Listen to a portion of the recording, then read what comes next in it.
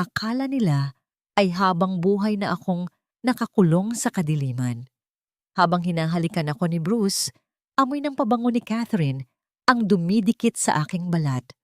Ang bawat I love you niya ay tila matalas na kutsilyong sumasaksak sa aking likuran habang ninanakaw nila ang aking yaman. Ngunit nagkamali sila. Ngayong dilat na ang aking mga mata, sisiguraduhin kong ang altar na pinapangarap nila ay magiging libingan ng kanilang dangal. Handa ka na bang makita ang katotohanang pilit nilang ikinukubli? Simulan natin ang pagtutuos. Sawang-sawa na ako sa pag-aalaga sa bulag na yan. It's like living with a ghost in this house, Catherine. Tuwing hahawakan ko ang kamay niya, parang gusto kong masuka. Kung hindi lang dahil sa perang iiwan ng tatay niya, matagal ko na siyang itinapon sa kalsada. Ang boses ni Bruce ay parang isang matalim na labaha na humihiwa sa katahimikan ng silid. Malamig, walang emosyon, at puno ng pandidiri.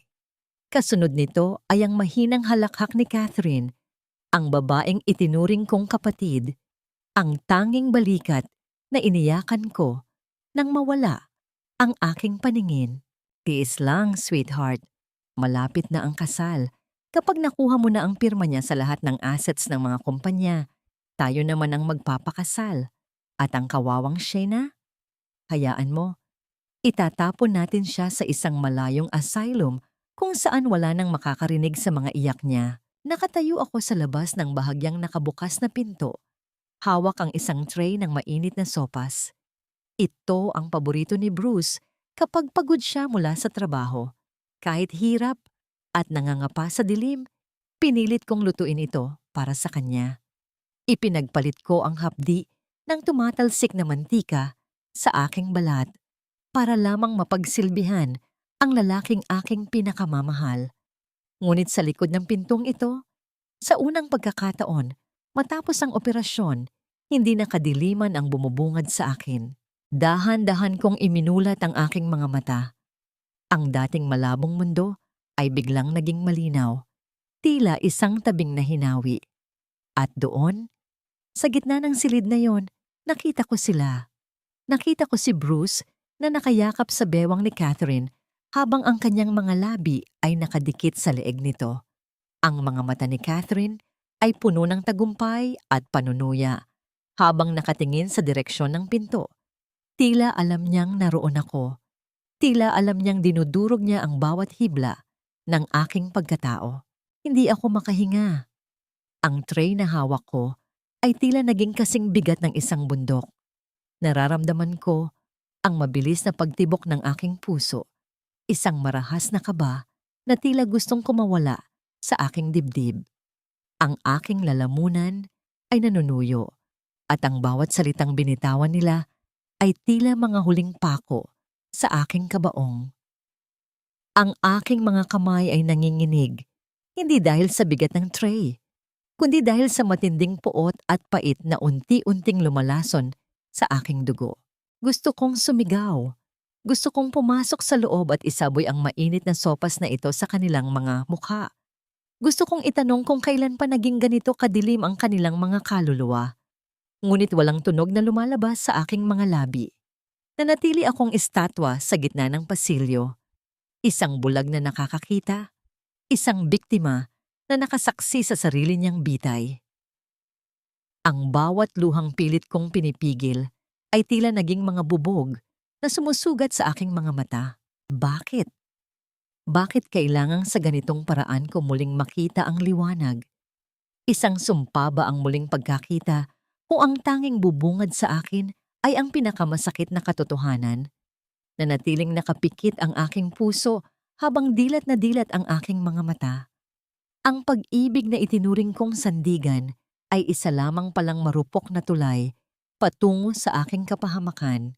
Sa gitna ng aking pananahimik, isang nakakabinging katanungan ang umalingaw-ngaw sa aking isipan. Isang tanong na alam kong magpapabago sa takbo ng aking tadhana. Hanggang kailan ko kayang manatili sa dilim para lamang mahuli ang mga ulupong na ito sa sarili nilang laro? Dahan-dahan kong ipinikit ang aking mga mata Bago pa man nila mapansin na ang dati walang buhay na balintataw ay muling nagliliyab sa galit. Huminga ako ng malalim. Pilit na pinapakalma ang bawat kalamnan sa aking katawan na nanginginig sa puot. Nang maramdaman kong sapat na ang aking kontrol, dahan-dahan akong humakbang papasok sa silid, muling nangangapa sa hangin, muling nagkukunwaring bilanggo ng sarili kong kadiliman. Sweetheart, nandyan ka na pala. Bakit ikaw ang nagdadala niyan? Sabi ko naman sa'yo, tawagin mo lang si Nanay Rosa o si Catherine. Ang boses ni Bruce ay muling naging malambing, puno ng huwad na pag-aalala. Naramdaman ko ang kanyang mga kamay sa aking balikat. Ang mga kamay na kani-kanina lang ay nakapulupot sa bewang ng aking matalik na kaibigan. Ang hawak niyang init ay tila uling na pumapaso sa aking balat. Naisipan ko lang na ipagluto ka ng sopas, Bruce. Alam kong pagod ka sa opisina. Sagot ko. Ang boses ko ay mahina. Sapat na para itago ang panginginig ng aking lalamunan. Ramdam ko ang presensya ni Catherine sa malapit. Ang amoy ng kanyang matapang na pabango ay tila lason na humahalo sa usok ng sopas. Akin na iyan, Shena. Baka matapon pa. Mapasok ka lang. Kinuha ni Catherine ang tray mula sa aking mga kamay. Sa sandaling nagkadampi ang aming mga daliri, nakita ko sa pamamagitan ng aking mga pilik mata ang kanyang mapang-uyam ng ngiti. Inilapag niya ang tray sa lamesa ng walang ingat. Ang tunog ng porselana ay tila nabasag na tiwala sa aking pandinig. Uminom ka na ba ng gamot mo, sweetheart? You look pale. Kailangan mong magpahinga para sa kasal natin sa susunod na linggo. Sabi ni Bruce habang inaalalayan akong maupo sa gilid ng kama. Kinuha niya ang isang maliit na bote ng gamot mula sa nightstand. Mula sa aking bahagyang nakabukas na paningin, nakita ko ang mabilis na galaw ni Catherine. Mula sa kanyang bulsa, naglabas siya ng isang maliit na puting tableta at mabilis itong ipinalit sa totoong bitamina na hawak ni Bruce. Ang bawat kilos nila ay tila isang sayaw ng kamatayan, mabilis at sanay sa panlilinlang. Alam ko ang tabletang iyon. Isang matapang na sedatibo na unti-unting lulumpo sa aking isipan. Gagawin akong sunod-sunuran at bibigyan sila ng dahilan para sabihing ako ay nawawala na sa katinoan. Here, uminom ka na para mabilis kang gumaling, bulong ni Bruce. Inabot niya sa akin ang baso ng tubig at ang tabletang lason. Ang kanyang mga mata, na dati ay tila langit sa akin, ay tila mga mata na ng isang buwawayang naghihintay na malunod ang kanyang biktima. Tiningnan ko ang tableta sa aking palad. Ang puting kulay nito ay tila kasing puti ng wedding gown na pinangarap kong isuot. Ngunit ang loob nito ay puno ng itim na balak. Nararamdaman ko ang titig nilang dalawa. Matalas, mapanuri, naghihintay na makita ang paglunok ng aking lalamunan. Ang bawat segundo ng katahimikan sa loob ng silid ay tila bumibigat. Ang tanging naririnig ko na lamang ay ang malakas na kabog ng aking puso na tila sumasabay sa takbo ng orasan sa dingding. Bakit hindi ka pa umiinom, sweetheart? May problema ba? Ang boses ni Bruce ay naging mas seryoso. May halong pagduda. Hinawakan niya ng mahigpit ang aking kamay. Ang kanyang mga kuko ay bahagyang bumaon sa aking balat. Sa sandaling iyon, isang alaala ang dumaan sa aking isipan. Ang imahe ng aking ama bago siya mamatay. Ang kanyang paalala na ang yaman ng aming pamilya ay bunga ng katapatan. At narito ako, napapaligiran ng mga ulupong na handang ubusin ang lahat ng itinanim ng aking ama. Isang matinding pait ang gumapang sa aking dibdib. Ngunit kasunod nito ay ang isang malamig na determinasyon. Isinubo ko ang tableta. Ngunit mabilis ko itong itinago sa ilalim ng aking dila. Uminom ako ng tubig. Pinalalabas ang tunog ng paglunok na tila ba tinatanggap ko ang kanilang hatol. Pagkatapos, dahan-dahan kong ipinatong ang baso sa lamesa at sumandal sa dibdib ni Bruce. Nagkukunwaring inaantok na. Salamat, Bruce. Palagi kang nariyan para sa akin. Bulong ko. Naramdaman ko ang kanyang kamay na humahaplos sa aking buhok habang nakikita ko si Catherine na nagpadala ng isang text message sa kanyang telepono. Alam ko ang nakasulat doon kahit hindi ko basahin. Tulog na siya. Ituloy na natin ang plano. Hindi niyo ako matatalo sa dilim dahil sa dilim niyo ako hinubog. Ngayong may liwanag na sa aking mga mata, sisiguraduhin kong bawat isa sa inyo ay magbabayad. Naramdaman ko ang pagluwag ng yakap ni Bruce. Ang init na ipinapakita niya kanina ay biglang naglaho, pinalitan ng isang marahas na pagtulak sa aking balikat para lalo akong mapasandal sa mga unan. Para sa kanya, isa na lamang akong gamit na wala ng buhay, isang sagabal na kailangang itabi. Salamat sa Diyos, nakatulog din ang bruha, bulong ni Catherine. Narinig ko ang kalansing ng kanyang mga takong habang naglalakad palapit sa aking vanity mirror. Mula sa pagitan ng aking mga pilik mata, pinanood ko ang bawat galaw niya. Hindi na siya nagtatago. Binuksan niya ang aking jewelry box nang walang pag-aalinlangan. Ang tunog ng mga alahas na nagtatamaan ay tila mga sigaw ng pag-aglahi sa aking pagkatao. Kinuha niya ang isang munting kahon na pilus. Ang kulay nito ay kasing pula ng dugo. Ang lalagyan ng kwintas na pamanang iniwan sa akin ng aking yumaong ina bago ito bawian ng buhay. Bagay ba sa akin, Bruce? Tanong ni Catherine habang isinusuot ang kwintas sa kanyang leeg. Ang mga diamante nito ay kumikinang, sumasalamin sa kasakiman sa kanyang mga mata. Mas bagay ito sa balat ko kaysa sa tuyot na balat ng bulag na yan. Lumapit sa kanya si Bruce mula sa likuran. Hinawakan niya ang balikat ni Catherine at hinalikan ito habang ang kanyang mga mata ay nakatitig sa aking refleksyon sa salamin.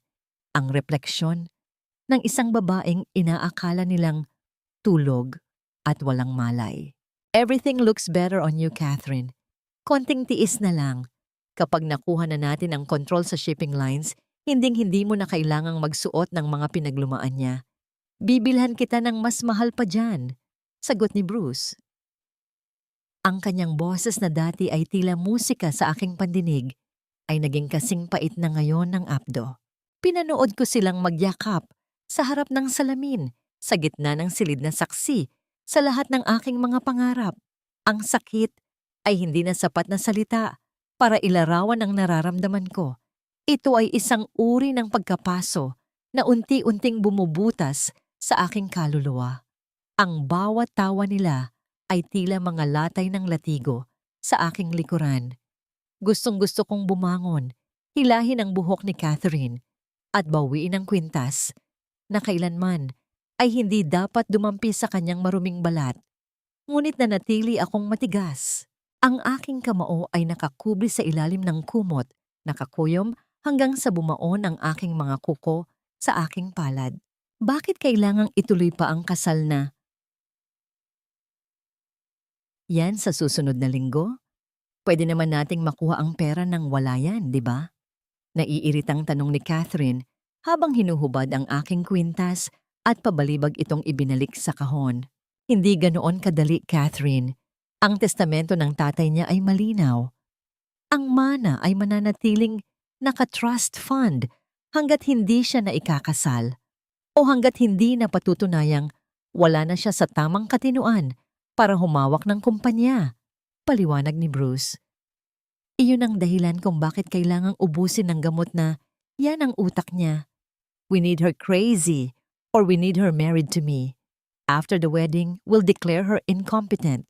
Pagkatapos, akin na ang lahat.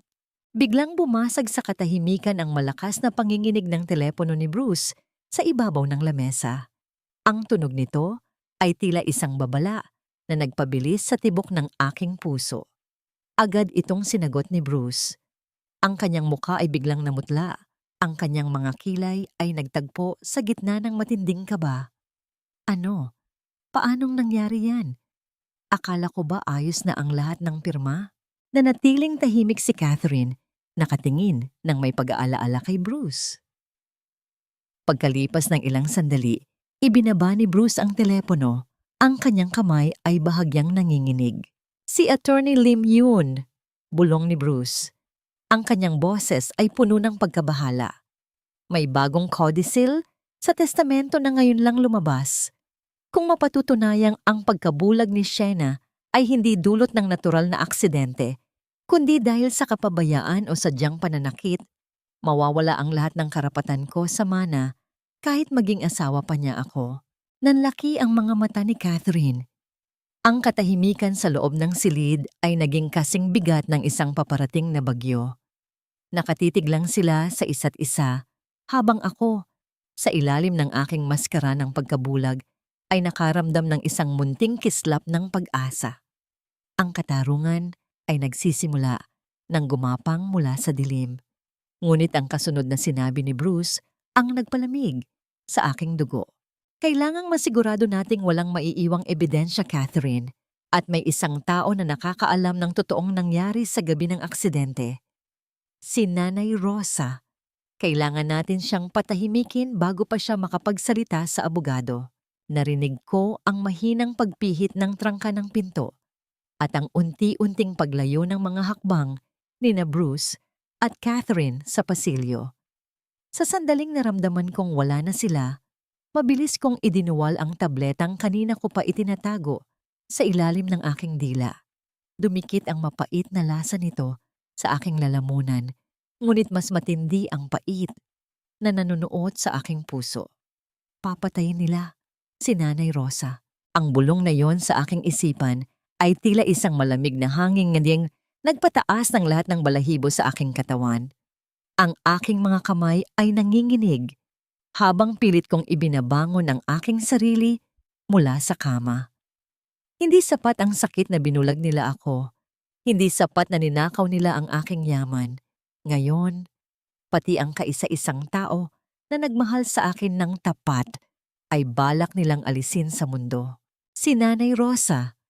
Siya ang nagpalaki sa akin nang mamatay ang aking ina. Siya ang nagpunas ng aking mga luha noong gabi ng aksidente. At siya ang tanging boses na nagbibigay sa akin ng pag-asa sa gitna ng aking kadiliman. Kung may mangyaring masama sa kanya, dahil sa akin, hinding-hindi ko mapatatawad ang aking sarili. Dahan-dahan akong tumayo. Kahit nakakakita na ako, pinilit kong panatilihin ang aking mga kilos na parang isang bulag. Marahan kong kinapa ang dingding. Tinitiyak na bawat hakbang ko ay walang tunog na malilikha sa sahig na gawa sa nara. Ang bawat tibok ng aking puso ay tila isang tambol na nagbababala ng panganib.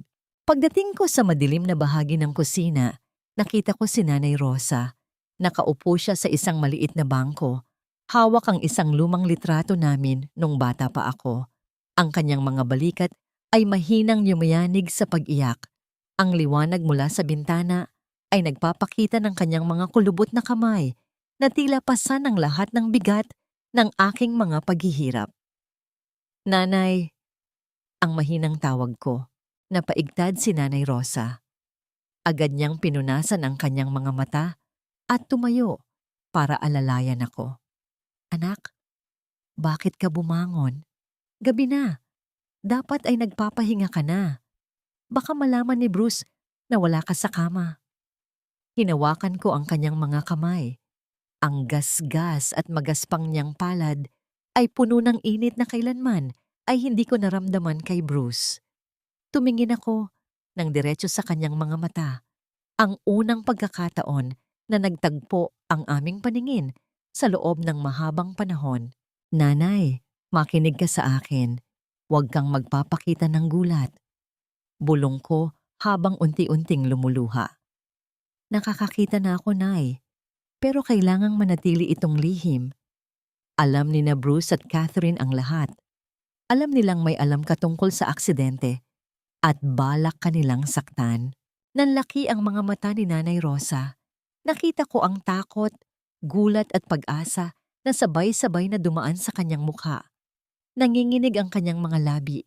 Tila gustong sumigaw sa tuwa ngunit natatakot sa panganib na nakapalibot sa amin. Anak, totoo ba? Nakakakita ka na. Anas niya habang hinahaplos ang aking mukha. Ang kanyang mga daliri ay tila nanginginig sa kagalakan. Salamat sa Diyos.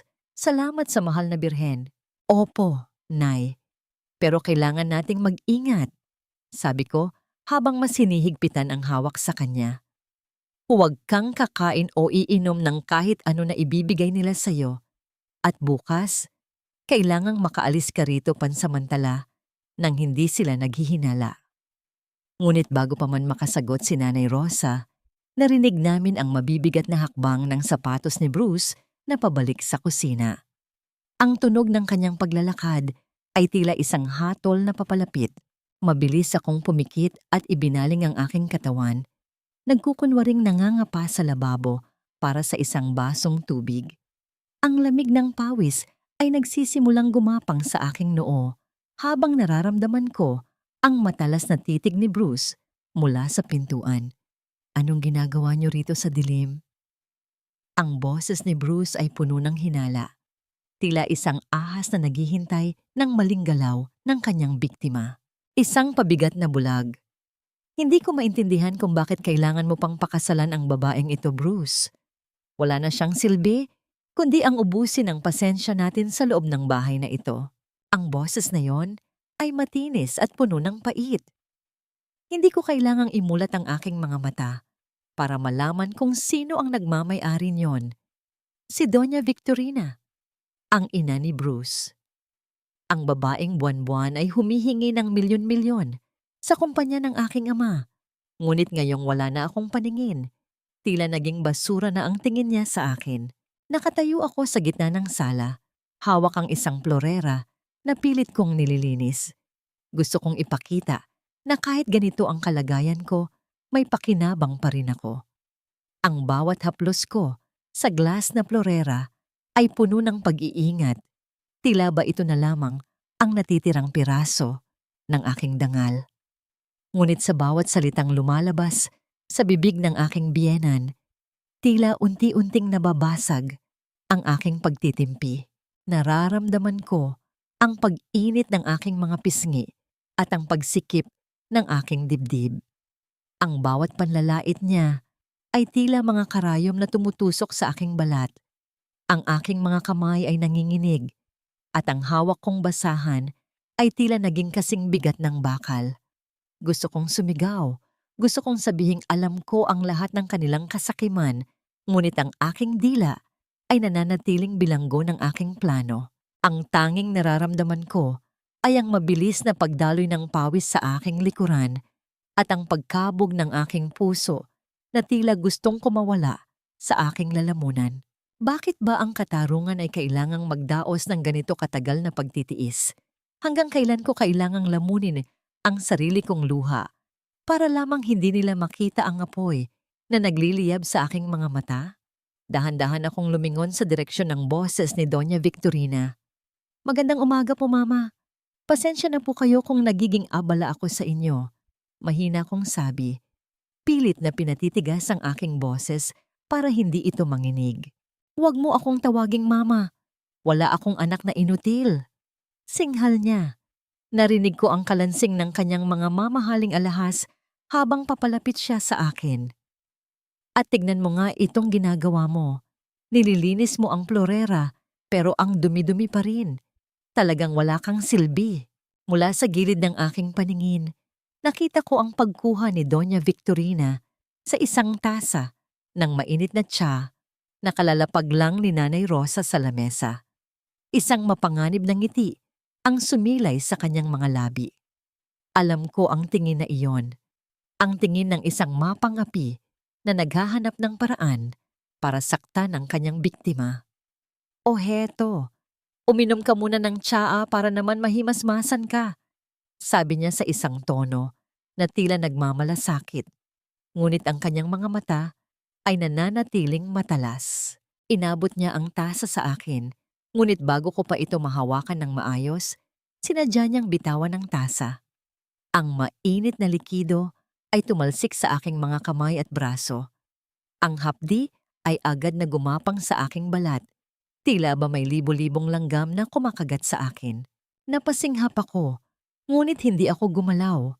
Nanatili akong nakatayo ng tuwid. Ang aking mga mata ay nakatitig sa kawalan kahit na ang bawat selula sa aking katawan ay sumisigaw sa sakit. Nakita ko sa kanyang mukha ang pagkadismaya dahil hindi ako umiyak o nagulat ng labis. Ay, pasensya na, Shayna. Sabi ko na nga ba, hindi mo talaga kayang humawak ng kahit ano. Napakalamaya mo. Wika ni Victorina habang tumatawa ng mahina.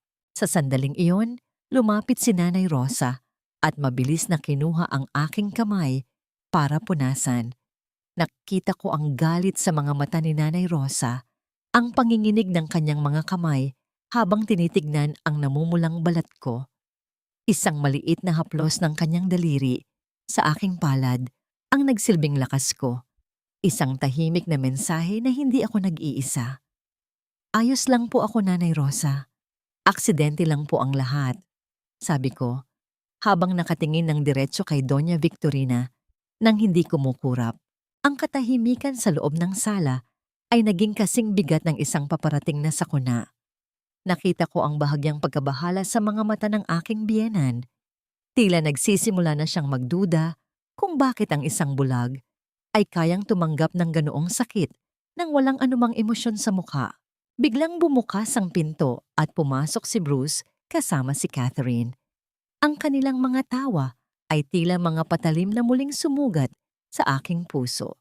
Ngunit ang masikinagulat ko ay ang hawak ni Bruce, isang envelope na may tatak ng mental hospital na binanggit nila kagabi. Ma, Shayna, may magandang balita ako. Masayang sabi ni Bruce habang nakatingin sa akin ng may mali siya. Nakausap ko na ang doktor. Bukas na bukas din may susundo kay Shayna para sa kanyang special therapy. Doon, mas mapoprotektahan siya at mas mabilis siyang gagaling. Naramdaman ko ang paghinto ng mundo. Ang therapy na sinasabi niya ay ang tuluyang pagkulong sa akin sa isang lugar na hindi ko na malalabasan. Ang cliffhanger ng aking buhay ay narito na. Bukas, balak na nila akong itapon ng tuluyan. Huwag kang matakot, sweetheart. Ang lugar na pupuntahan mo ay napakaganda. Doon, mawawala ang lahat ng gulo sa isip mo. Magagawa mo ring magpahinga habang inaalagaan ko ang lahat ng ari-arian mo rito sa labas.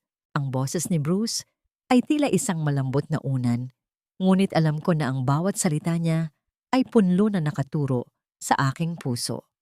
Nararamdaman ko ang kanyang hininga sa aking pisngi habang inilalapag niya ang isang makapal na bundle ng mga dokumento sa ibabaw ng aking kandungan.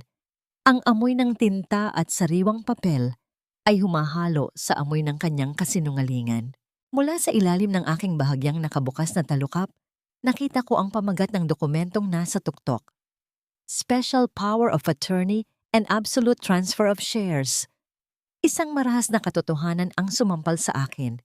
Hindi lang nila ako gustong ikulong sa isang asylum. Gusto nilang nakawin ang bawat sentimo, bawat barko, at bawat alaala ng aking ama bago pa man sumikat ang araw bukas. Pirmahan mo na ito, Shayna. Para ito sa insurance mo sa ospital bukas. Alam mo namang mahigpit ang mga kumpanya ngayon. Kailangan nila ng pahintulot mo para mailabas ang pondo para sa mga gamot mo. Dagdag ni Catherine.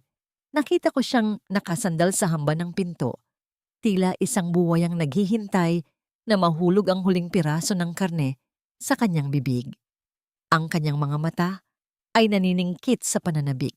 Ipinagpalit mo ang isang inang nagmahal sa'yo para sa babaeng sumira sa sariling pamilya, sabi ni Stella. Dahan-dahang tinatanggal ang portrait sa dingding. At ngayon, sasabihin mo sa akin na nagsisisi ka? Ang pagsisisi ay para sa mga taong marunong pa ring makaramdam, Sebastian. Pero ikaw, isinuko mo na ang kabutihan sa puso mo noong gabing pinili mong talikuran ako sa gitna ng pinakamadilim kong sandali. Ngunit kailangan kong manatiling bilanggo ng aking sariling laro. Nasaan po ang linyang pipirmahan ko, Bruce? Hindi ko makita. Mahina kong sabi. Ang boses ko ay tila isang bulong mula sa isang taong malapit ng sumuko. Dito, sweetheart. Ituturo ko ang kamay mo, sagot ni Bruce. Inalalayan niya ang aking kanang kamay. Ang kanyang hawak ay mahigpit. Tila ba tinitiyak niya na hindi ako makakatakas. Sa sandaling iyon, isang matalas na plano ang nabuo sa aking isipan. Sinadya kong panginginigin ang aking kamay ng higit pa sa normal. Habang idinidikit ko ang dulo ng panulat sa papel, bigla kong binitawan ng isang malakas na ubo, sapat na para madulas ang aking kamay at lumikha ng isang mahaba at magulong guhit sa buong pahina. Ay, pasensya na Bruce. Nanginginig ang mga kamay ko. Hindi ko yata kaya. Sabi ko, habang pilit na pinatutulo ang aking mga luha. Narinig ko ang marahas na pagbuntong hininga ni Catherine at ang pagmura ni Bruce sa ilalim ng kanyang hininga. Ang kanilang pasensya ay unti-unti nang nauubos at ang bawat segundo ng aking pag-aantala ay nagdaragdag sa apoy ng kanilang galit. Nasira ang unang pahina. Shena naman, mag-ingat ka. Singhal ni Bruce. Kinuha niya ang dokumento at pabalibag itong inilapag sa lamesa. Kukuha ako ng bagong kopya sa kotse. Catherine, bantayan mo siya rito. Huwag mong hahayaang gumalaw yan. Nang makalabas si Bruce, naiwan kaming dalawa ni Catherine sa silid. Ang katahimikan ay naging kasing talas ng isang kutsilyo. Lumapit si Catherine sa akin. Nararamdaman ko ang kanyang presensya sa aking harapan. Bigla niyang hinawakan ang aking baba at inangat ito ng marahas. Alam mo, Shayna, minsan iniisip ko kung talagang bulag ka o nagkukunwari ka lang para kuhanin ang atensyon ni Bruce. Bulong niya, ang kanyang boses ay puno ng lason. Pero kahit ano pa ang gawin mo, bukas ng madaling araw, wala ka na rito at ang lahat ng sayo ay magiging sa akin na. Nakita ko ang isang munting kislap sa kanyang leeg, isang kwintas na hindi ko nakita kanina, isang pendant na hugis susi. Ang susi sa safe ng aking ama na nasa loob ng opisina. Iyon ang huling piraso na kailangan ko para makuha ang mga ebidensyang nakatago laban kay Bruce. Biglang narinig namin ang malakas na kalabog mula sa kusina, kasunod ng isang impit na sigaw ni Nanay Rosa. Ang tunog ng mga nababasag na pinggan ay umalingaw-ngaw sa buong bahay, tila isang babala ng isang malaking trahedya. Nanlaki ang aking mga mata sa ilalim ng kadiliman. May ginagawa na sila kay Nanay Rosa. Ano yon? Tanong ni Catherine habang lilingon sa pinto. Ito na ang pagkakataon ko. Kailangan kong kumilos, ngunit kung kikilos ako ngayon, malalaman nilang nakakakita ako. Ang cliffhanger ng gabi ay nakasalalay sa isang desisyon, ang kaligtasan ni Nanay Rosa o ang aking lihim. Ang bawat tunog ng basag na bubog mula sa kusina ay tila mga tinik na tumutusok sa aking kaluluwa. Ang impit na sigaw ni Nanay Rosa ay hindi lamang isang hiling ng tulong.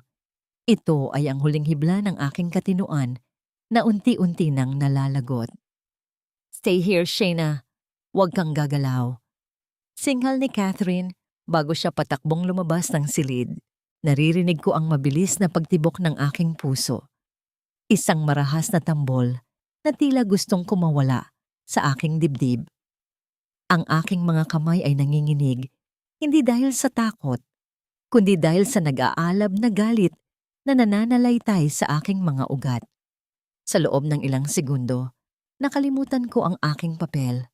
Gusto kong tumakbo, gusto kong iligtas ang kaisa-isang tao na nanatiling tapat sa akin. Ngunit alam kong isang maling hakbang, isang pagpapakita na ako ay nakakakita, ay magiging mitya ng aming kamatayan.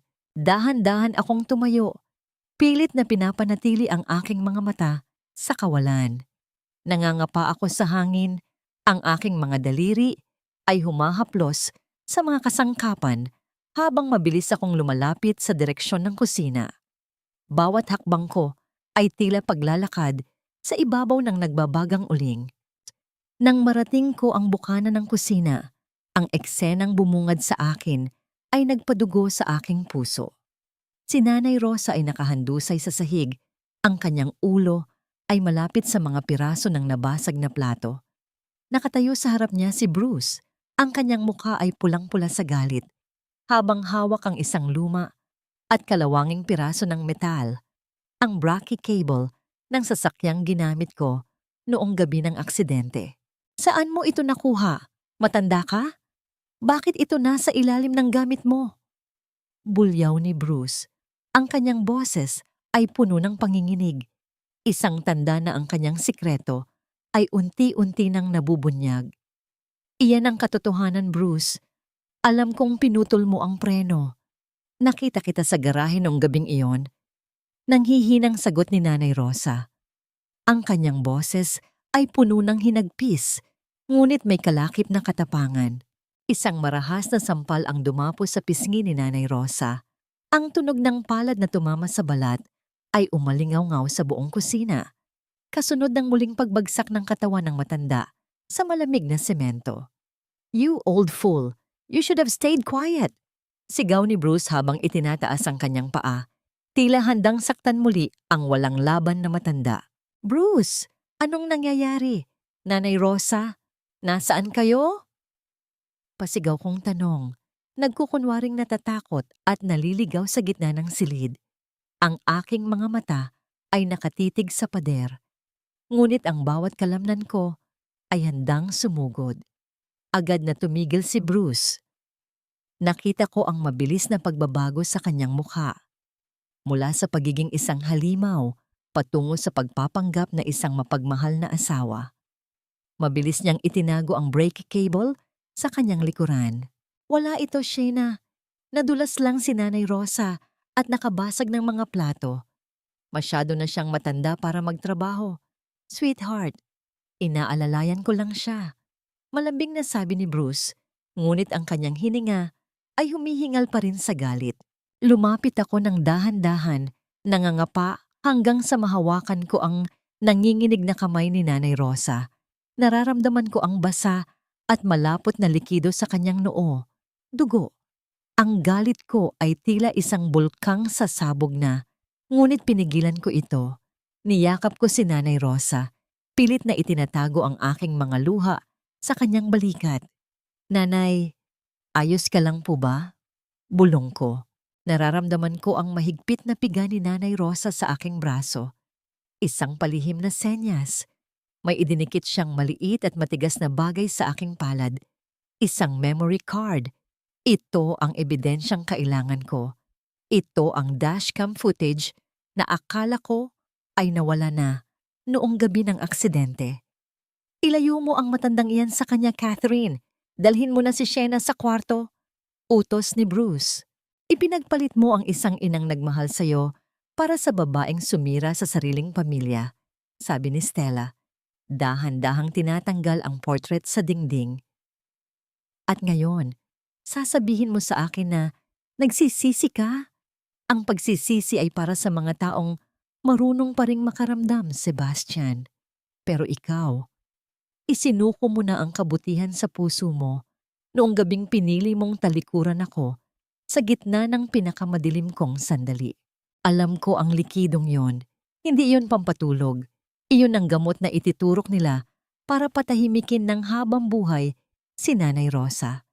Kailangan kong kumilos ngayon din, kahit pa mga hulugan ito ng pagkabunyag ng aking sikreto. Ngunit bago ako makapagsalita, isang malakas na katok sa pinto ang bumasag sa tensyon. Ang tunog ng awtoridad na tila galing sa isang estranghero. "Pulis! Buksan ang pinto! May report kami ng kaguluhan sa loob ng pamamahay na ito." Napatigil si Bruce. Ang injection ay muntik nang mahulog sa kanyang kamay. Sino ang tumawag sa mga pulis? Hindi pa ito kasama sa plano ko. "Iligpit mo ang lahat, ngayon na." Ang mabilis at nanginginig na bulong ni Bruce kay Catherine habang mabilis niyang isinisilid ang hiringgilya sa loob ng kanyang bulsa. Ang bawat segundo ay tila naging kasing bagal ng pagtulo ng malapot na dugo mula sa noo ni Nanay Rosa. Nararamdaman ko ang lamig ng memory card na nakakuyom sa loob ng aking palad. Isang maliit na bagay na nagtataglay ng sapat na lakas upang wasakin ang buong mundo ni Bruce. Mabilis ko itong isiningit sa loob ng aking suot na medyas. Tinitiyak na hindi ito mahahalata kahit papilitin nilang kapkapin ako. Shayna, huwag kang gagawa ng kahit anong ingay kung gusto mong manatiling buhay ang matandang ito. Pagbabanta ni Bruce sa aking pandinig. Ang kanyang boses ay tila isang malamig na hanging nagdala ng amoy ng lason. Inayos niya ang kanyang nagulong polo, huminga ng malalim para pakalmahin ang sarili, at lumakad patungo sa pintuan ng may pekeng na ngiti. Sa isang iglap, ang halimaw na kani-kanina lang ay handang pumatay ay biglang naglaho, pinalitan ng isang tapat at nag-aalalang lalaki. Binuksan niya ang pinto. "Officer, ano pong maipaglilingkod ko?" "Pasensya na po. Medyo nagkakagulo lang kami sa loob dahil nahulog ang aking bulag na kasintahan at ang aming katulong. Mula sa aking kinatatayuan, kahit na nakatingin ako sa kawalan, malinaw kong nakikita ang 2 pulis na pumasok sa loob. Ngunit hindi ang mga uniforme nila ang nakakuha ng aking atensyon, kundi ang lalaking nasa likuran nila. Isang matangkad na lalaki na may matalas na paningin, suot ang isang seryosong mukha na tila nakakabasa ng bawat kasinungalingan sa paligid. Si Marcus, ang anak ng yumaong abogado ng aking ama. Nakatanggap kami ng ulat tungkol sa isang matinding kaguluhan, Mr. Romero. Boses ni Marcus ang umalingaw-ngaw sa sala.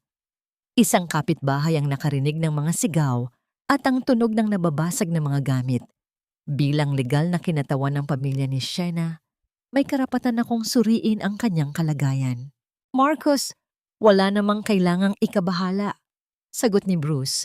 Ang kanyang boses ay tila isang musikang pilit na pinatatamis. "Alam mo naman ang kalagayan ni Shayna.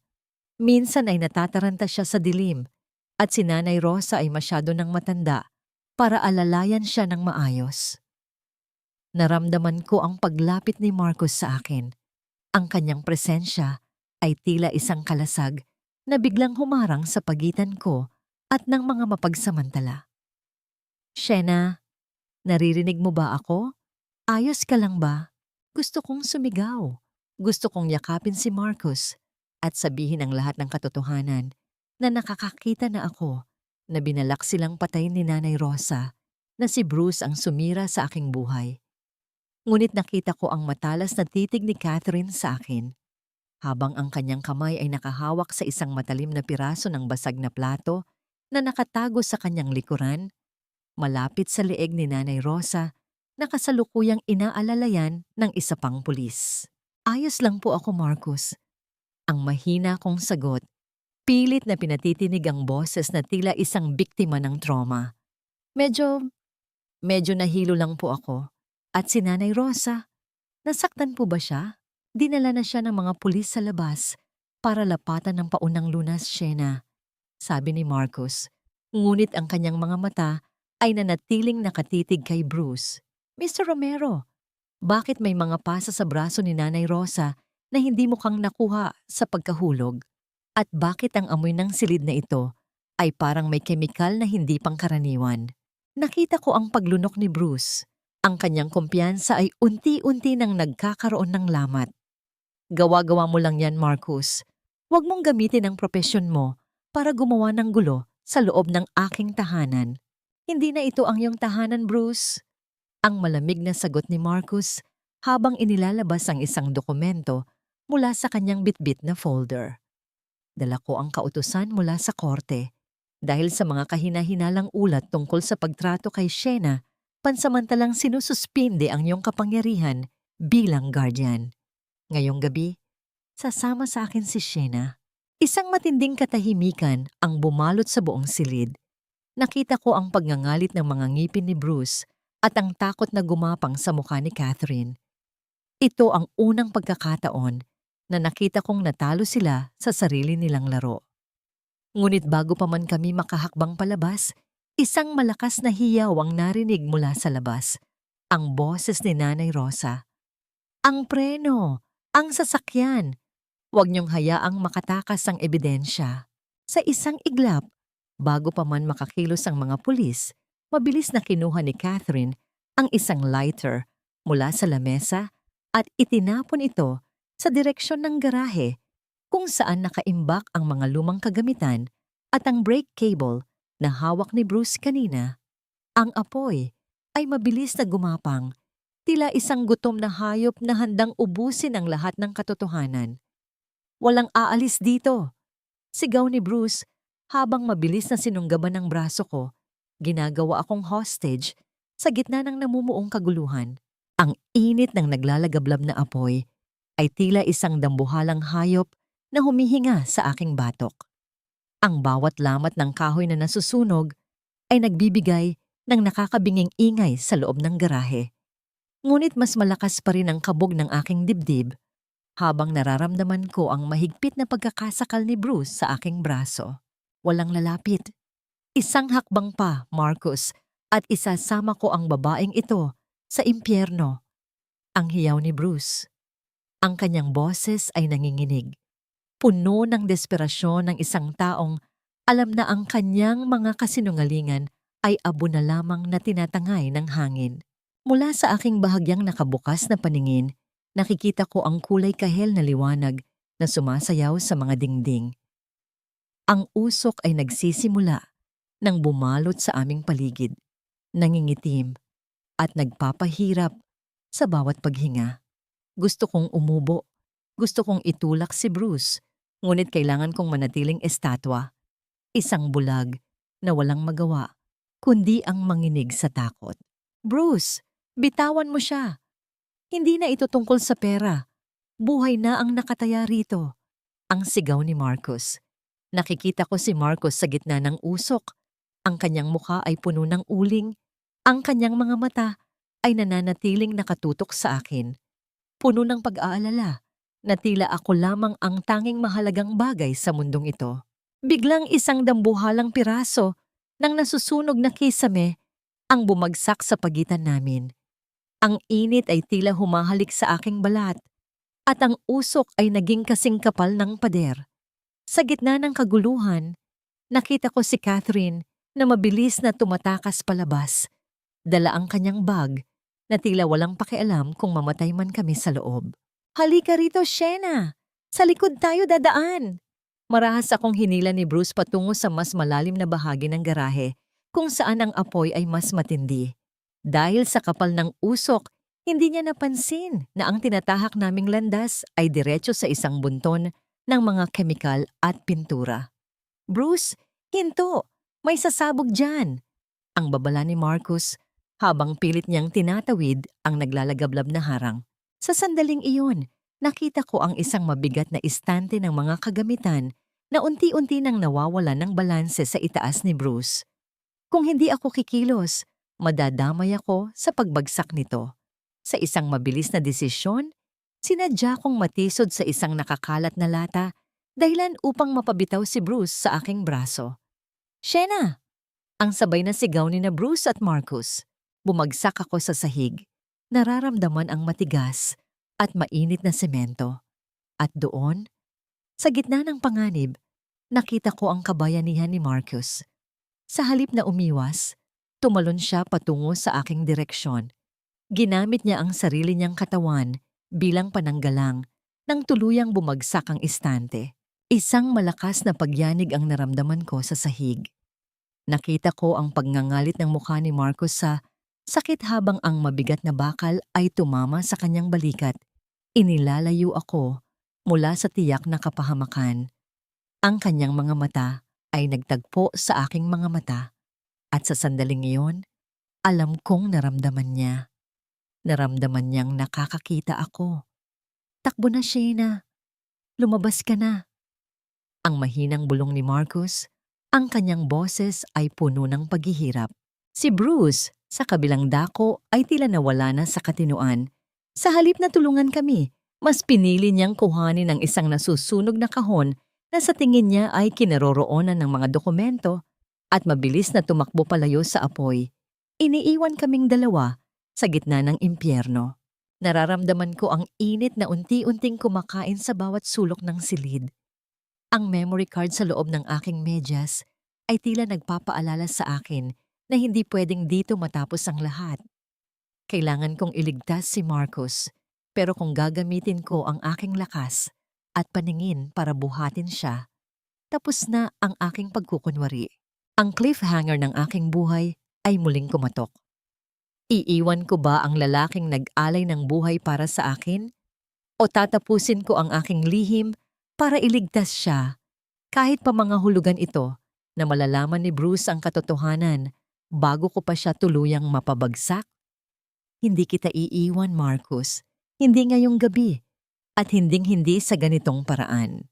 Ang boses ko ay hindi na mahina, hindi na nag-aalinlangan. Sa gitna ng makapal at maitim na usok, ang aking mga mata ay nakatitig ng diretso sa naghihirap na mukha ni Marcus. Wala na ang maskara, wala na ang pagkukunwari. Ang init ng apoy ay tila nagtunaw sa lahat ng pader na itinayo ko sa aking paligid. Nararamdaman ko ang hapdi ng usok sa aking lalamunan. Bawat hininga ko ay tila humihigop ng nagbabagang abo. Ang aking mga kamay, na dati ay nagkukunwaring nangangapa, ay mabilis na humawak sa gilid ng mabigat na bakal na istanteng nakadagan kay Marcus. Ang lamig ng bakal ay mabilis na napalitan ng nakapapapasong init, ngunit hindi ko binitawan. Shena, nakakakita ka. Ang hirap na bulong ni Marcus. Ang kanyang mga mata ay nanlaki sa kabila ng sakit. Isang halo-halong emosyon ng gulat at kaginhawaan ang rumehistro sa kanyang mukha. Maniwala ka sa akin, Marcus. Ililigtas kita. Ang sagot ko habang ibinibigay ang lahat ng lakas na natitira sa aking katawan. Isang marahas na sigaw ng paghihirap ang kumawala sa aking lalamunan habang itinataas ko ang bahagi ng istante. Ang bawat kalamnan ko ay tila mapuputol. Ang pawis sa aking noo ay humahalo sa uling at luha. Ngunit ang aking determinasyon ay kasing tigas ng semento sa aming ilalim. Sa isang iglap, nagawa kong iangat ang bakal ng sapat na distansya para makagapang si Marcus palabas. Ang tunog ng pagkayod ng bakal sa semento ay umalingaw-ngaw sa paligid, kasunod ng mabilis na paghila ko sa kanyang braso. Sabay kaming gumapang patungo sa maliit na lagusan sa likod ng garahe, habang sa likuran namin ay isa-isang bumabagsak ang mga haligi ng bahay, lumilikha ng mga pagyanig na tila ba ang buong mundo ay nagigibana. Nang makalabas kami sa malamig na hangin ng gabi, ang sariwang hangin ay tila isang himala sa aking mga baga. Napahiga kami sa damuhan, malayo sa naglalagablab na garahe. Pinanood ko ang paglamon ng apoy sa mga alaala ng aking kabataan. Ang bawat dila ng apoy ay tila nagbubura sa bawat bakas ng kasamaang ginawa ni Bruce sa loob ng tahanang iyon. Bakit, Shena? Bakit mo itinago ang lahat? Tanong ni Marcus habang pilit na ibinabangon ang kanyang sarili. Hawak ang kanyang nasugatang balikat. Dahil ang hustisya ay hindi nakukuha sa isang sulyap lang, Marcus. Kailangan kong makita ang lahat ng kanilang dumi habang iniisip nilang wala akong nakikita. Mahina kong paliwanag habang dahan-dahan kong ibinabalik ang aking itim na salamin sa aking mga mata. Salamat sa pagliligtas sa akin. Ngayong gabi, opisyal ng patay ang bulag na Shena sa isip ni Bruce at iyon ang magiging simula ng kanyang katapusan. Mula sa malayo, nakita namin si Bruce na nakatayo malapit sa mga pulis, nagkukunwaring umiiyak at naghihisterya habang itinuturo ang nasusunog na garahe. Nandoon sila, ang asawa ko, si Marcus. Hindi ko sila nailigtas. Ang hiyaw niya, isang mahusay na pagganap para sa mga taong hindi nakakaalam ng katotohanan. Ngunit ang kanyang pagdadalamhati ay biglang naputol nang makita niya kaming dalawa na papalapit. Inaalalayan ng mga bumbero. Ang kanyang mukha ay biglang namutla. Ang kanyang mga mata ay nanlaki sa takot na tila nakakita ng isang multo. Ang kanyang panginginig ay hindi dahil sa lungkot, kundi dahil sa pagkabulgar ng kanyang kadakilaan. Shena, buhay ka. Salamat sa Diyos. Ang takbong pagsalubong niya sa amin, pilit na niyayakap ako. Ngunit sa pagkakataong ito, naramdaman ko ang pag-atras ng aking buong pagkatao. Ang kanyang hawak ay tila isang madulas na ahas. Buhay ako, Bruce. Iniligtas ako ni Marcus. Bulong ko sa kanyang pandinig. Sapat na para siya lang ang makarinig. At alam mo ba kung ano ang huling nakita ko sa loob ng apoy bago ako nawalan ng malay? Napatigil si Bruce. Ang kanyang hininga ay tila naging kasing igsi ng isang mitsa. Nakita ko ang mukha ng isang mamamatay tao na iniiwan ng kanyang asawa para mamatay. Ang dagdag ko sa isang malamig na tono. Bago pa makasagot si Bruce, isang ambulansya ang dumating para kuhanin kami ni Marcus. Ngunit bago ako sumakay, nakita ko si Catherine sa dilim. Nakatitig sa amin mula sa loob ng kanyang kotse. Ang kanyang mukha ay puno ng puot at sa kanyang kamay ay hawak niya ang isang pamilyar na bagay. Ang orihinal na testamento ng aking ama na akala ko ay nasunog na. Ang cliffhanger ng aming laban ay hindi pa tapos. Hawak ni Catherine ang dokumentong magpapatunay na wala akong karapatan sa kumpanya kung ako ay mapatutunayang nagkukunwari sa aking kapansanan para manlinlang. Isang maling galaw ko lang at ang lahat ng aking pinaghirapan ay mapupunta sa abo. Ayos na ang lahat, Bruce. Ang kailangan na lang natin ay ang pirma niya bago siya tuluyang ilipat sa pasilidad sa probinsya. Kapag nasa loob na siya, walang maniniwala sa kahit anong sasabihin niya, lalo na't lalabas sa record na nagkaroon siya ng breakdown dahil sa trauma ng sunog. Ang boses ni Catherine ay tila isang malabong bulong sa gilid ng aking kama. Ngunit para sa akin, ito ay kasing linaw ng isang hatol. Amoy na amoy ko ang antiseptic sa paligid. Ang lamig ng aircon na humahalik sa aking balat at ang tila walang katapusang tunog ng mga makina sa loob ng ospital. Nararamdaman ko ang bigat ng benda sa aking noo at ang hapdi ng mga galos sa aking braso. Ngunit wala itong sinabi sa hapdi ng katotohanang naririnig ko ngayon. Nakahiga ako, nagkukunwaring natutulog, pilit na pinapanatili ang mabagal at pantay na paghinga. Sa ilalim ng kumot, ang aking mga daliri ay mahigpit na nakakuyom.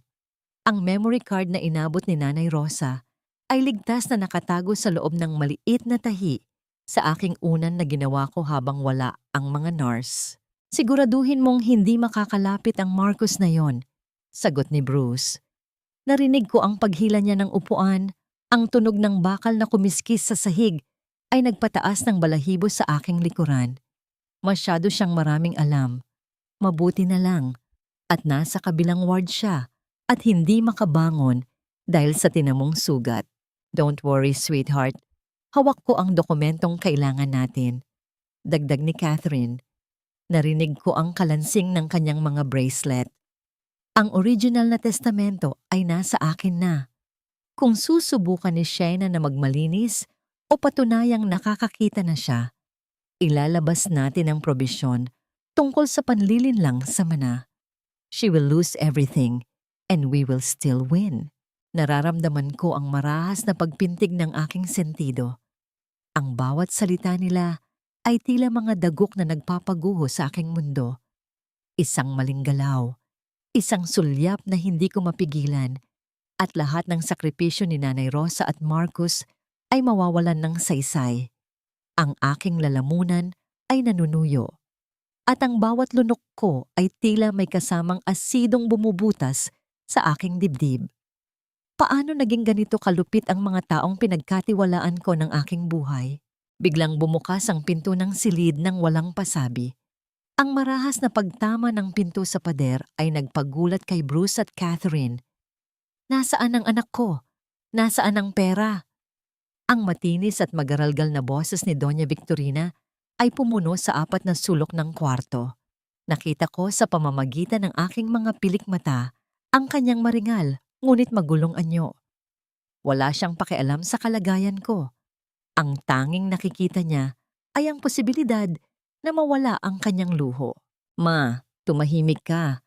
Baka may makarinig sa'yo. Saway ni Bruce habang mabilis na tumatayo. Anong tumahimik? Bruce, nasunog ang bahay.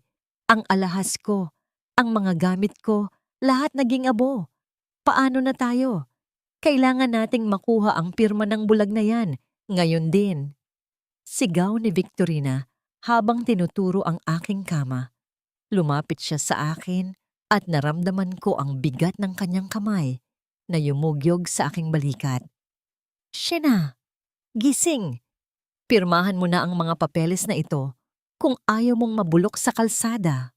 Ang marahas na pagyanig niya sa akin ay nagdulot ng matinding sakit sa aking mga galos, ngunit nanatili akong pikit. Ang bawat yugyog niya ay tila pagpukaw sa isang galit na matagal ko nang kinikimkim. Sa gitna ng kaguluhang ito, naramdaman ko ang pagpasok ng isang nurse. Excuse me po, kailangan pong magpahinga ng pasyente. Maaari po ba kayong lumabas muna? Ang mahinahong utos ng nurse. Bago sila lumabas, narinig ko ang huling banta ni Bruce sa tabi ng aking tainga. Isang bulong na kasing lamig ng kamatayan. Alam kong gising ka, Shena. Huwag mong subukan ang pasensya ko. Bukas na bukas din, pipirma ka. O sisiguraduhin kong hindi na makakalabas ng buhay si Nanay Rosa sa ospital na kinaroroonan niya. Nanigas ang aking buong katawan. Ginamit nila ang buhay ni Nanay Rosa bilang pain. Ang aking puso ay tila isang ibon na nagpupumiglas sa loob ng hawla. Ang bawat segundo ay naging kasing halaga ng ginto. Kailangan kong makontak si Marcus. Kailangan kong mailabas ang ebidensya sa memory card bago sumapit ang umaga.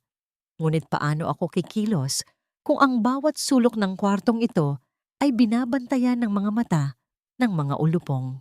Ang katanungang ito, ang tanging kasama ko sa gitna ng katahimikan at amoy ng gamot. Hanggang kailan ko kayang panatilihing nakapikit ang aking mga mata kung ang buong paligid ko ay sumisigaw na ng katarungan? Wala nang masasakit pa sa hapdi ng mga luhang hindi mo maipatak dahil kailangan mong manatiling matigas sa harap ng iyong mga kaaway. Ang bawat paghinga ko ay tila isang nakatagong panalangin, humihingi ng lakas na huwag sumigaw sa gitna ng nagbabagang puot. Ang dilim ng silid ay tila isang kumot na bumabalot sa aking katawan, ngunit sa likod ng aking itim na salamin, ang aking mga mata ay dilat na dilat, nagmamasid sa bawat anino. Ang amoy ng antiseptic ay naging kasing pait ng aking mga gunita. Nararamdaman ko ang bawat paggalaw ng kamay ng orasan sa dingding. Ang tunog nito ay tila isang babala na paubos na ang aking oras. Pumasok ang isang batang nurse, si Mia. Narinig ko ang kanyang mahinang hikbi habang inaayos niya ang aking IV drip. Kanina lamang ay narinig ko kung paano siya hiyain ni Bruce sa labas dahil lamang sa maliit na pagkakamali sa pagdadala ng tubig. Ang bawat pag-atungal ng kanyang kalooban ay narinig ko at sa sandaling iyon, nakita ko sa kanya ang sarili ko. Isang taong niyurakan ang dangal ng mga taong walang puso. Nurse Mia, ang mahina kong bulong. Napaigtad siya. Ma'am Shena, gising po pala kayo? Pasensya na po, hindi ko po sinasadyang maistorbo ang tulog nyo. Dahan-dahan kong inabot ang kanyang kamay. Ang kanyang palad ay malamig at nanginginig. Sa unang pagkakataon, mula nang mangyari ang sunog, nagdesisyon akong tumaya. Isang sugal para sa aking buhay at para kay Nanay Rosa. Huwag kang matakot, Mia. Alam kong masama ang ginawa ni Bruce sa'yo kanina. Nakikiramay ako. Sabi ko, ang boses ko ay puno ng katapatan. May hihilingin sana ako sa'yo. Isang bagay na maaring maglagay sa'yo sa panganib. Pero ikaw na lang ang tanging pag-asa ko. Nakita ko ang gulat sa kanyang mga mata. Ano po iyon, ma'am? Dahan-dahan kong inilabas ang memory card mula sa ilalim ng aking unan. Ang maliit na itim na bagay na ito ay tila naging kasing bigat ng isang buhay. Dalhin mo ito sa Ward 402. Hanapin mo si Marcus. Sabihin mo, galing ito sa akin. Huwag na huwag mong hahayaan na makita ka ni na Bruce o Catherine. Pero ma'am, baka mapahamak po ako kapag nalaman nila. Ang nanginginig na sagot ni Mia. Ang takot ay baka sa kanyang mukha, ngunit naroon din ang kislap ng pagre-rebelde laban sa kawalang katarungang naranasan niya. Mia, ang katotohanan ang magpapalaya sa ating lahat. Kapag naibigay mo ito, hindi ka lang ako tinutulungan. Tinutulungan mo ring mabulok sa kulungan ang mga taong umapi sa'yo. Ang pilit kong pangungumbinsi. Isang matagal na katahimikan ang namayani sa pagitan namin. Ang tanging naririnig ay ang mahinang huni ng medical monitor sa tabi ko. Pagkalipas ng ilang sandali, naramdaman ko ang pagkuha ni Mia sa memory card mula sa aking palad. Mabilis niya itong itinago sa loob ng kanyang bulsa. Gagawin ko po, Ma'am Shena, para sa inyo at para sa lahat ng biktima ni Sir Bruce. Bulong niya bago mabilis na naglakad patungo sa pinto. Ngunit bago pa niya mahawakan ang trangka, biglang bumukas ang pinto mula sa labas. Ang tunog ng marahas na pagbukas ay tila isang kidlat na tumama sa aking puso. Pumasok si Bruce. Ang kanyang mga mata ay mapula. Ang kanyang buhok ay gulo-gulo at ang amoy ng alak ay humahalo sa amoy ng gamot sa silid. Nakatingin siya ng matalas kay Mia na tila isang lobo na nakakita ng biktima. Anong ginagawa mo rito nang ganito katagal? At bakit parang may itinago ka sa bulsa mo? Ang boses ni Bruce ay puno ng panganib. Bawat salita ay tila isang banta ng kamatayan. Nanigas si Mia sa kanyang kinatatayuan. Nararamdaman ko ang aking dugo na tumitigil sa pagdaloy. Ang cliffhanger ng aming kapalaran ay nakasalalay sa isang bulsa at sa isang nurse na tanging pag-asa ko sa mundong ito. Ipakita mo sa akin kung ano ang nasa loob ng bulsa mo ngayon din. Sigaw ni Bruce habang mabilis na hinahablot ang braso ni Mia. Ipakita mo sa akin ang laman ng bulsa mo o sisiguraduhin kong wala ka ng trabahong babalikan sa buong bansa. Ang boses ni Bruce ay tila isang dumadagundong na kulog sa loob ng maliit na silid. Ang bawat salita niya ay puno ng puot at ang kanyang mga daliri ay bumaon na sa braso ng nurse na si Mia.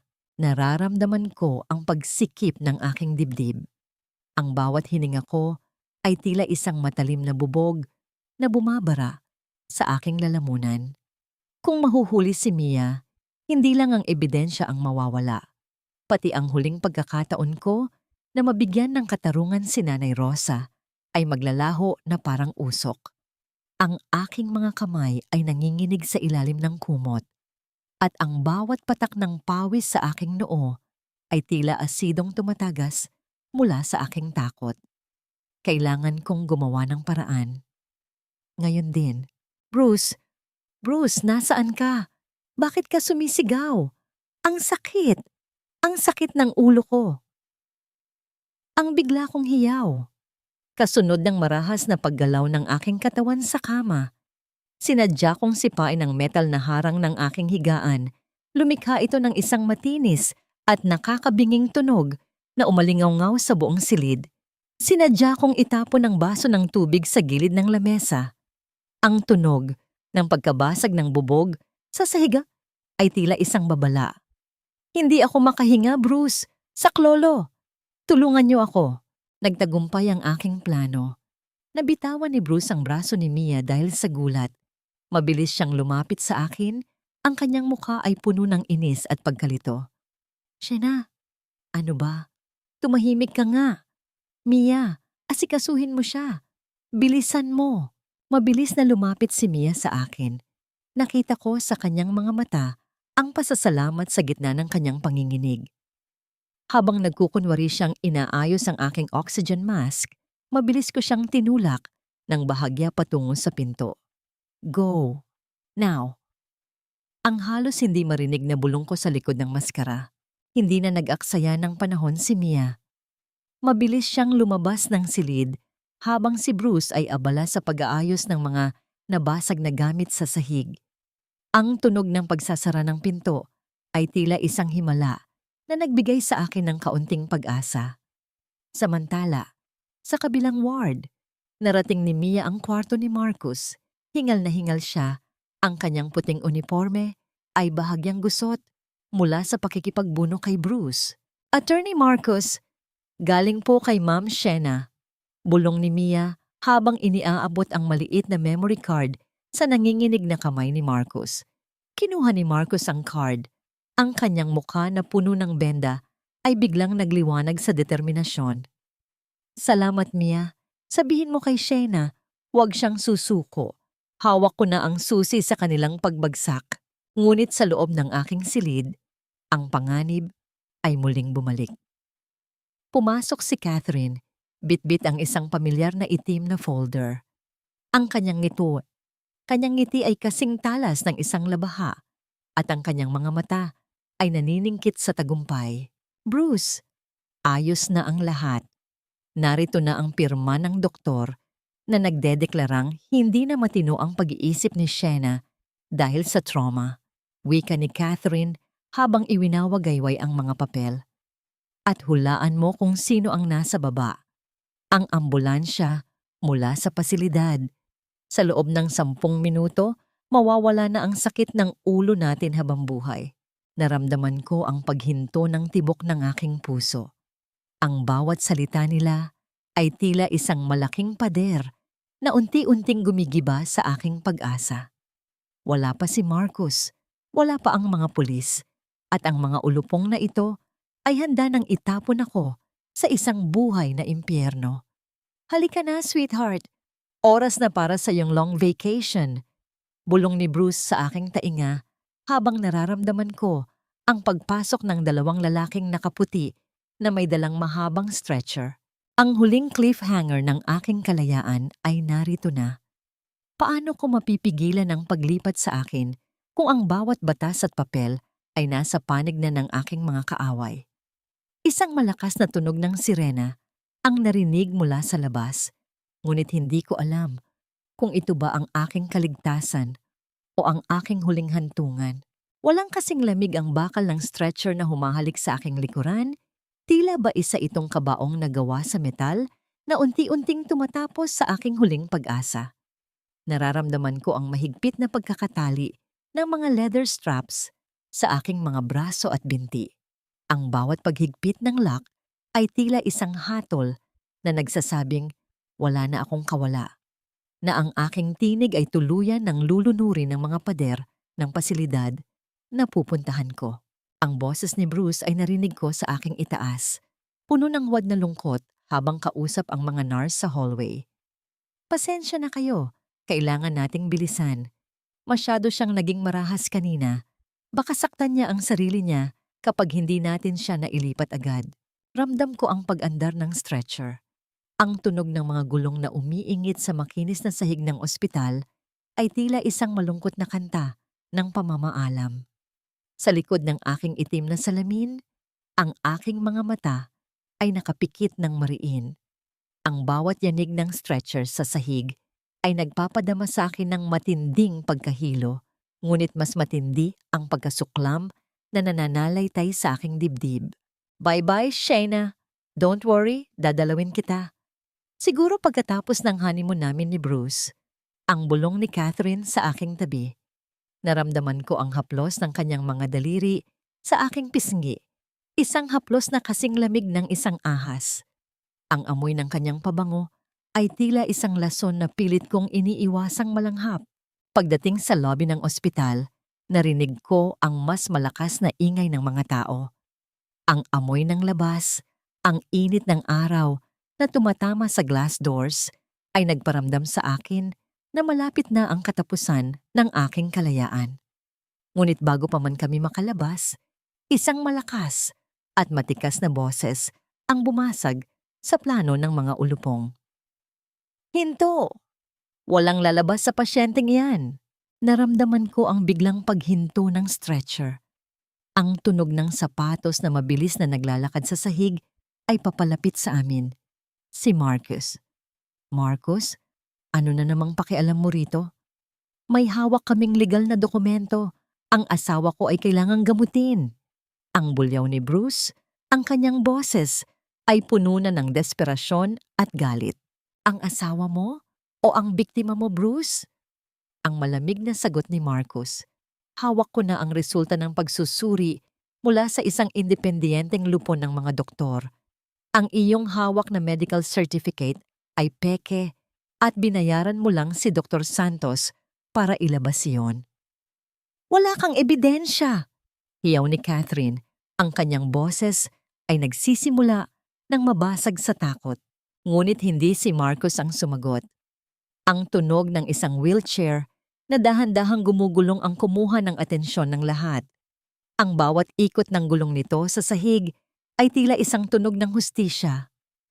Ako ang ebidensya, Bruce. Ang boses ni Nanay Rosa. Mahina ngunit puno ng awtoridad. Nakita ko sa pamamagitan ng aking mga pilik mata ang kanyang anyo. Nakaupo sa wheelchair, may benda sa noo, ngunit ang kanyang mga mata ay nagliliyab sa katotohanan. Sa kanyang kandungan ay hawak niya ang isang tablet na nagpiplay ng dashcam video. Ang malinaw na pagputol ni Bruce sa preno ng sasakyan ni Sheena. Naging kasing tahimik ng isang sementeryo ang lobby ng ospital. Ang bawat taong naroon ay nakatitig sa screen. Nakita ko ang pagbagsak ng balikat ni Bruce. Ang kanyang mukha ay naging kasing puti ng papel. Si Catherine na naman ay dahan-dahang umaatras, pilit na nagtatago sa likod ng mga gwardya. Tapos na ang laro nyo, sabi ni Marcos habang inilalabas ang warrant of arrest na dala ng mga pulis sa kanyang likuran. Dahan-dahan kong iminulat ang aking mga mata. Inabot ko ang aking itim na salamin at dahan-dahan itong tinanggal. Tumingin ako ng diretso sa mga mata ni Bruce. Isang matalim, malinaw, at nagliliyab na tingin. Nakakakita ako, Bruce, at sa unang pagkakataon, nakikita ko ang totoong ikaw. Isang maliit, henay na lalaki na walang kayang gawin kundi ang manakit ng bulag. Ang boses ko ay matatag, walang bakas ng takot. Ngunit sa gitna ng tagumpay na ito, isang marahas na hiyaw ang narinig mula kay Catherine. Sa kanyang desperasyon, mabilis niyang kinuha ang orihinal na testamento mula sa kanyang bag at itinutok ang isang lighter dito.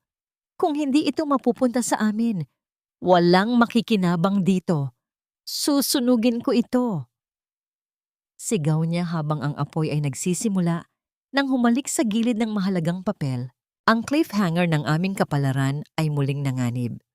Ang huling piraso ng aking yaman at ang pangarap ng aking ama ay muling kinitil ng apoy sa harap mismo ng aking mga mata.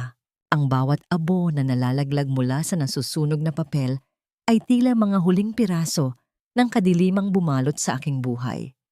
Ang apoy na hawak ni Catherine ay maliit, ngunit ang liwanag nito ay sapat na upang ipakita ang tunay na anyo ng kanyang kawalang pag-asa. Ang usok mula sa nasusunog na testamento ay humahalo sa amoy ng antiseptic ng ospital. Isang matapang na amoy ng pagkakataon at pagtatapos. Napasigaw si Bruce, pilit na inaabot ang kamay ni Catherine. Huwag! Catherine, itigil mo iyan. Iyan na lang ang tanging paraan para hindi tayo mabulok sa kulungan. Ang boses ni Bruce ay puno ng garalgal. Ang kanyang mukha ay basang-basa ng pawis at luha ng isang taong alam na wala na siyang matatakbuhan. Ngunit huli na ang lahat. Ang mahalagang dokumento ay naging itim na abo na lamang sa semento. Tumawa ng hysterikal si Catherine. Ang kanyang mga mata ay naniningkit sa galit habang nakatingin sa akin. Wala na, Sheena. Wala na ang yaman mo. Pare-pareho tayong walang mapapala. Dahan-dahan akong lumapit sa kanila. Ang bawat hakbang ko sa makinis na sahig ay tila tunog ng isang orasang huminto na sa pagbibilang. Hindi ako natatakot. Hindi ako nanghihinayang. Ang aking mukha ay nananatiling payapa. Tila isang dagat pagkatapos ng isang malakas na bagyo. Ang akala niyo ba ay ang papel na iyan ang tanging hawak ko? Ang mahina kong sabi. Ang boses ko ay matatag at puno ng dignidad. Bruce, Catherine, ang tatay ko ay isang matalinong tao. Alam niya ang uri ng mga taong nakapaligid sa akin. Ang orihinal na testamento ay matagal nang nakalagak sa isang digital vault na tanging ang aking retina scan lamang ang makakapagbukas. Ang sinunog mo, Catherine, ay isang certified copy lamang na sadyang iniwan ni Marcus para mahanap nyo. Nakita ko ang sabay na pagbagsak ng balikat ni na Bruce at Catherine. Ang katahimikan sa lobby ay naging kasing bigat ng isang hatol na wala ng apela. Ang mukha ni Bruce ay naging kasing puti ng pader, habang si Catherine ay napaupo sa sahig. Ang kanyang mga kamay ay nanginginig sa gitna ng mga abo. "Shayna, sweetheart, please." Ang pagsusumamo ni Bruce habang pilit na lumuluhod sa harap ko. Inabot niya ang laylayan ng aking damit. Ang kanyang mga kamay ay marumi at nanginginig. Nagawa ko lang naman yun dahil sa utang. Dahil gusto kong maging pantay tayo. Bigyan mo ako ng isa pang pagkakataon. Mahal kita, Shayna. Tiningnan ko siya mula ulo hanggang paa. Wala na ang gwapong lalaking minahal ko noon. Ang nasa harap ko ngayon ay isang estranghero na puno ng kasakiman. Ang aking puso, na dati ay punong-puno ng hapdi, ay nakaramdam na lamang ng isang malalim na awa. Hindi dahil sa kanya, kundi dahil sa taong nawala sa akin dahil sa kanya.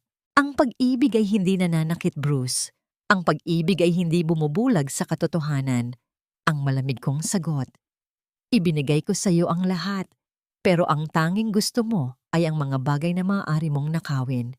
Ngayong gabi, hindi lang ang paningin ko ang nabalik sa akin. Nabalik din ang aking kalayaan. Sa isang hudyat ni Marcus, mabilis na lumapit ang mga pulis. Narinig ko ang matigas na tunog ng mga posas na sumasara sa mga pulso ni na Bruce at Catherine. Ang bawat click ng bakal ay tila isang tuldok sa isang mahabang kabanata ng pagdurusa. Habang hinihila sila palabas, nakita ko rin si Doña Victorina sa malayo. Mabilis na nagtatago sa likod ng mga tao. Pilit na tumatakas sa kahihiyan at sa mga utang na alam niyang hindi na niya mababayaran. Lumapit sa akin si Marcus. Ang kanyang kamay ay marahang pumatong sa aking balikat. "Tapos na, Shayna. Maari ka na ring magsimulang muli." Lumingon ako kay Nanay Rosa. Ang kanyang mga mata ay puno ng luha ng kagalakan habang nakangiti sa akin mula sa kanyang wheelchair. Inabot ko ang kanyang kamay at mahigpit itong piniga. Ang init ng kanyang palad ay ang tanging ebidensya na kailangan ko na ang tunay na yaman ay hindi nasa bangko, kundi nasa mga taong nananatili sa tabi mo kahit sa pinakamadilim na gabi ng iyong buhay. Lumingon ako sa labas ng ospital. Ang araw ay nagsisimula ng sumikat. Ang kulay kahel na liwanag ay unti-unting nagbubura sa mga anino ng nakaraan. Sa unang pagkakataon, ang mundong nakikita ko ay hindi na nakakatakot. Ito ay puno na ng kulay, puno ng pag-asa at higit sa lahat, puno ng katotohanang ako na ang may hawak ng sarili kong tadhana. Ang dagat ay tila isang dambuhalang salamin na sumasalamin sa bagong kabanata ng aking buhay. Ang bawat hampas ng alon sa pampang ay tila isang marahang bulong na nagsasabing ang lahat ng pait, lahat ng hapdi, at lahat ng dilim ay tuluyan na ring tinangay ng laki ng tubig.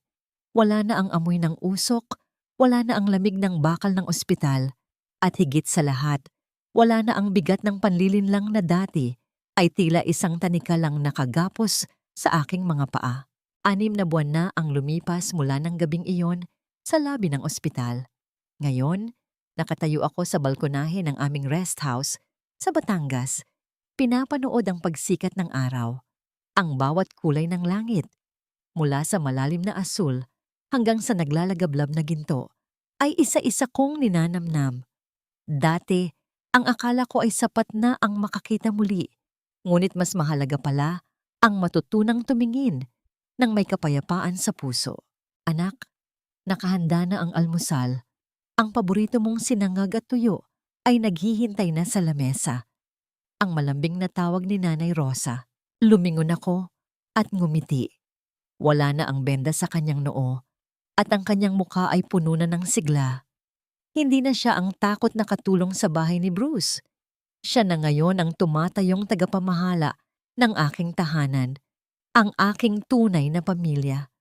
Nilapitan ko siya at marahan siyang niyakap. Ang amoy ng kanyang niluluto ay ang amoy ng tunay na tahanan, isang tahanang puno ng katapatan. Salamat, Nay. Susunod na po ako.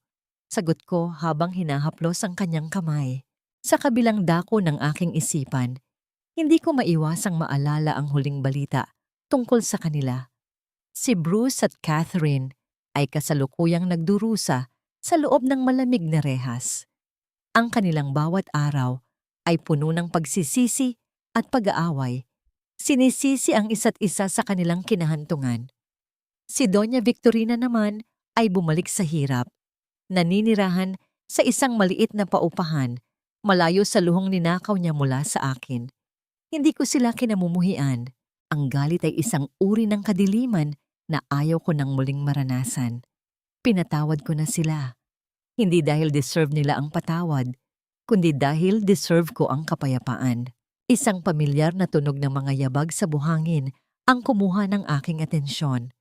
Si Marcos, naglalakad siya papalapit, suot ang kanyang simpleng puting polo at isang ngiting tila ba ito na ang pinakamagandang tanawin sa mundo.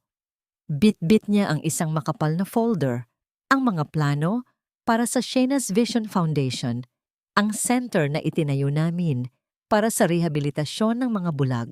Masyado ka na namang maagang nagtatrabaho, Shena. Ang biro ni Marcos habang tumatayo sa aking tabi. Sabi ko sa'yo, ang weekend ay para sa pahinga. Hindi ito trabaho para sa akin, Marcos. Ito ang aking misyon. Ang sagot ko habang nakatingin sa malayo. Gusto kong malaman ng mga taong nawalan ng paningin na hindi pa tapos ang mundo, na may liwanag pa rin, basta't marunong silang makinig sa tibok ng kanilang puso. Marahan kong naramdaman ang kamay ni Marcos na dumaan sa aking buhok bago ito humantong sa aking balikat. Ang kanyang haplos ay tila isang pangako ng proteksyon, isang tahimik na kumpas ng isang pag-ibig na hindi nang hihingi ng kapalit, hindi nananakit, at hindi kailanman nambubulag. Isang pag-ibig na unti-unting nagpapahilom sa mga sugat na akala ko ay habang buhay ng magdurugo. Salamat sa pananatili, Marcos. Kahit noong ang nakikita ko lang ay kadiliman, bulong ko. Shena, hindi ang mga mata mo ang minahal ko. Ang minahal ko ay ang matatag mong kaluluwa na nakita ko kahit noong nakapikit ka pa.